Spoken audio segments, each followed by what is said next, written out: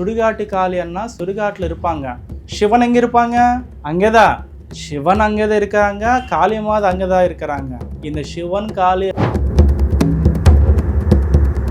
இந்த காளி மாதே என்னன்னா தெய்வ சக்தி. ஆனால் இந்த அமாவாசை வந்துட்டா அந்த தெய்வ சக்திக்கு பின்னாடி வந்து தீய சக்தி இருக்கும். தீய சக்தியும் வர வச்சுட்டு சத்தியபூர்ணம் போனோம் என்ன பண்ணுவாங்கன்னா அது பச்சை மாம்சம் வந்து சாப்பிடுவாங்க. சாப்பிட்டுட்டு அது அமாவாசை பூஜையில் உட்கார்ந்துட்டு யாருக்கென்ன எவ்வளோ செஞ்சுட்டா உயிர் போயிடும். நான் வெத்தலில் மயிலில் போடுவேன். எப்படின்னா இந்த மாதிரி வெத்தலில் மை போட்டுட்டு தேவியோட மந்திரம் உச்சாரணம் பண்ணிட்டு இப்படியே ஒரு 2 minutes கொண்டாடிட்டு இருக்கும்போது பசங்கள் இருக்கும்போது இவங்களுக்காக கஷ்டப்பட்டுட்டு புரியுதம்மா இவங்க கூட வாழணும் தவிர மற்றவங்கள வைப்பை பற்றி மற்றவங்கள பொண்டாட்டி பற்றி யோசனை பண்ணக்கூடாது. மனிதனா வந்து இந்த உலகத்துக்கு நல்லது செய்யணும், நல்ல எண்ணத்தோடு வரணும். ஆனால் யாருக்கு நல்ல குணம் இல்லை, நல்ல புத்தி இல்லை, எதுவுமே இல்லை. அவங்க வந்து சுவாமி நானும் கூட நிறையா இடத்துக்கெல்லாம் போய் வந்திருக்கேன், நிறையா பணம் போயிடுச்சு. ஆனால் எங்களுக்கு வந்து வீட்டில் வந்து மனசாந்தி இல்லை, லக்ஷ்மி சாந்தி இல்லை, பணசாந்தி இல்லை, எந்த சாந்தி இல்லை.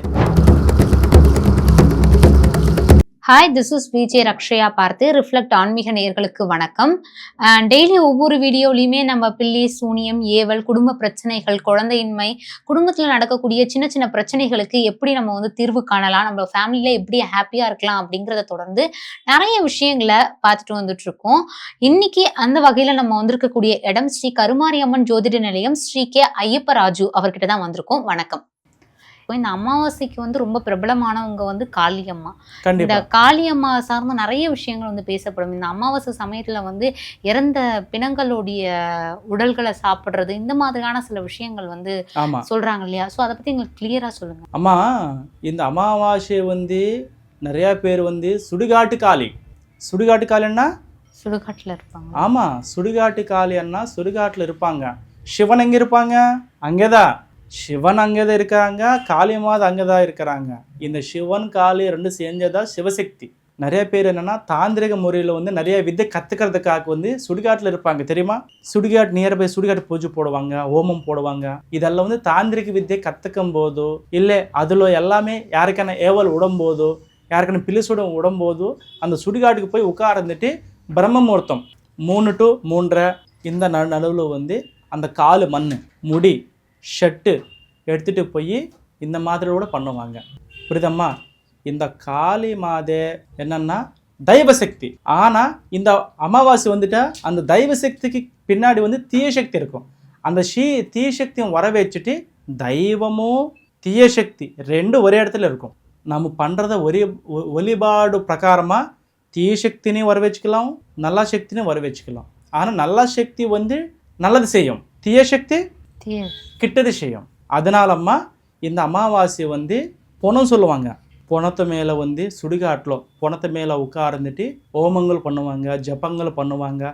அகோரிங்கள் தெரியுமா? அகோரி பொம்பளை அகோரி, ஆம்பளை அகோரி. இந்த காசிலோ இந்த மாம்சம் என்ன மாம்சம்? சிக்கன் மட்டன் கிடையாது, பொணம். சத்தியபூர்ணம் பொணம் என்ன பண்ணுவாங்கன்னா எரிச்சிடுவாங்க. அது பச்சை மாம்சம் வந்து சாப்பிடுவாங்க. அந்த சாப்பிட்டுட்டு அவங்க எல்லாம் இந்த சிக்கன் மட்டன் எதுவுமே சாப்பிடுவாங்க. இது பொணம் தான். சாப்பிட்டுட்டு அது அமாவாசை பூஜையில் உட்கார்ந்துட்டு யாருக்கென்ன எவ்வளோ செஞ்சுட்டா உயிர் போயிடும். புரியுதம்மா?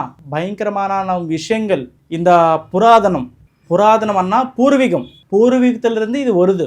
நிறைய பேர் வந்து இந்த கலிக்காலம் இல்லைம்மா, இந்த கலிக்காலத்தில் வந்து என்னன்னா நிறைய பேருக்கு இதெல்லாம் தெரியாது.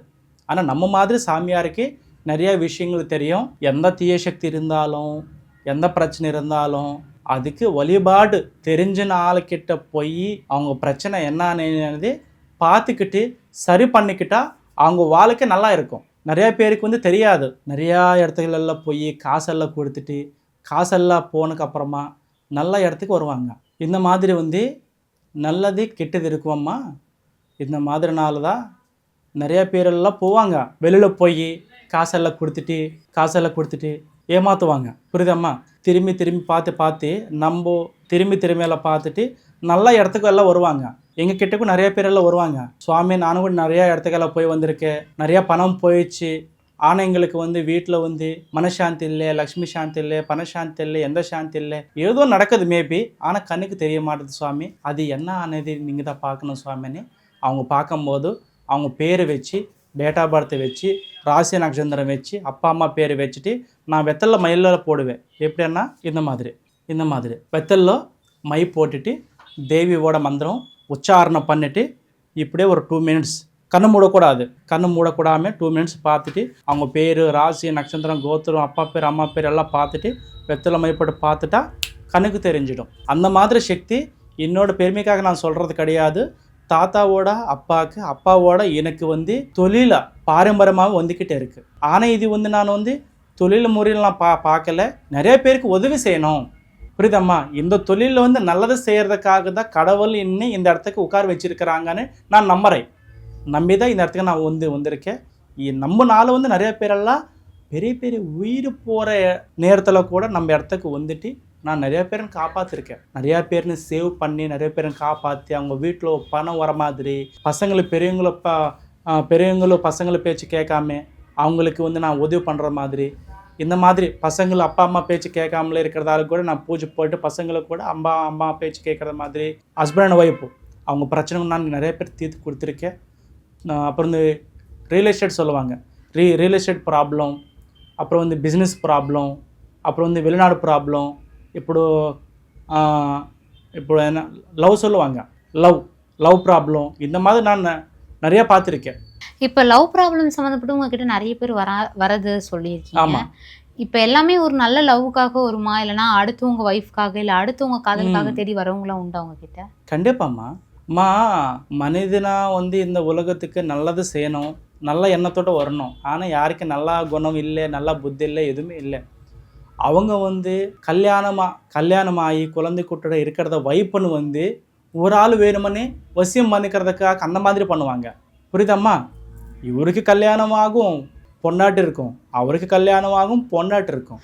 இவங்களுக்கும் கல்யாணம் ஆகி வைஃப் இருக்கும், அவங்களுக்கும் கல்யாணம் ஆகி ஹஸ்பண்ட். ஆனால் ஒரு ஆசை என்ன, அவங்களுக்கு அந்த அவரோட வைப்பு கூட நான் இருக்கணும், பேசணும், பழகணும், இருக்கணும்னே ஒரு ஆசை வந்து கிட்ட வெண்ணங்கள் வந்து அதிகமாக ஆகுது. இது வந்து நல்ல டைம் இல்லை, நல்லா அவங்களுக்கு என்னன்னா மைண்டு வந்து சேஞ்ச் ஆகிடும். அவங்க வெண்ணம், அவங்க புத்தி, ஒரு டைமில் அவங்க என்ன பேசுவாங்க, என்ன யோசனை பண்ணுவாங்க அவங்களுக்கே தெரியாது. ஆனாலும் அந்த மாதிரிலாம் செய்யக்கூடாது, அந்த மாதிரிலாம் போகக்கூடாது. போனால் அதனால அவங்களுக்கு பிரச்சனை ஆகும், இவங்களுக்கு பிரச்சனை ஆகும், அவங்க வீட்டில் இவங்க வீட்டில் சண்டை நடக்கும். அம்மா அதெல்லாம் தப்பான இடம், அந்த மாதிரி யோசனை பண்ணக்கூடாது. பொண்டாட்டி இருக்கும்போது, பசங்கள் இருக்கும்போது இவங்களுக்காக கஷ்டப்பட்டுட்டு, புரியுதம்மா, இவங்க கூட வாழணும் தவிர மற்றவங்கள வைப்பை பற்றி, மற்றவங்கள பொண்டாட்டி பற்றி யோசனை பண்ணக்கூடாது. அது ராங் ரூட்டு. இங்கே கிட்ட நிறைய பேர் வராங்க, சாமி அந்த பொண்டாட்டி வேணும், என்ன அந்த பொண்டாட்டி வேணுமா, நம்ம உன் பொண்டாட்டி எனக்கு பிடிக்கல, அந்த மாதிரி பச்சையாக கேட்குறாங்க, பச்சையாக பேசுகிறாங்க. ஆனாலும் நான் அவங்களுக்கு நான் சொல்கிறது ஒன்று தான், நீங்கள் காசு கொடுத்தாலும் பூஜை செய்ய சொன்னாலும் நான் காசு வாங்க மாட்டேன், பூஜை செய்ய மாட்டேன். எதுக்குன்னா அதெல்லாம் தப்பு. லவ்ன்னா ஓகே, லவ்ன்னா அந்த பொண்ணு இரும்பும் இவர் அந்த பொண்ணு இரும்புவாங்க. அவங்க 2 பேருக்குள்ளே வந்து ஒரு அண்டர்ஸ்டாண்ட் இருக்கும். நடுவில் வந்து அப்பா அம்மா பிரச்சனைகள் இவங்க வீட்டில் வரும், பிரச்சனைகள் வீட்டில் அவங்களுக்கு வரும். அதனால கட் ஆகும். அதனால் அவங்க அப்பா அம்மா ஒத்துக்கிற மாதிரி, பொண்ணு அப்பா அம்மா ஒத்துக்கிற மாதிரி, வீட்டில் பையன் அப்பா அம்மா ஒத்துக்கிற மாதிரி கூட நான் சேர்த்து கூட அவங்க 2 பேரும் கூட கல்யாணம் பண்ணுற மாதிரி நான் நிறையாவே பண்ணி கொடுத்துருக்கேன். நிறைய சக்ஸஸ் கூட ஆயிடுச்சு. இவ்வளோ நேரம் ஒதுக்கி இத்தனை விஷயங்களை எங்கள் கூட ஷேர் பண்ணி இருந்திருக்கீங்க, ரொம்ப நன்றி. ஓம் நம சிவாய மகாதேவ், ஜெய் ஸ்ரீராம், ஓம் ஜெயம், கருமாரியம்மா ஆசீர்வாதம்.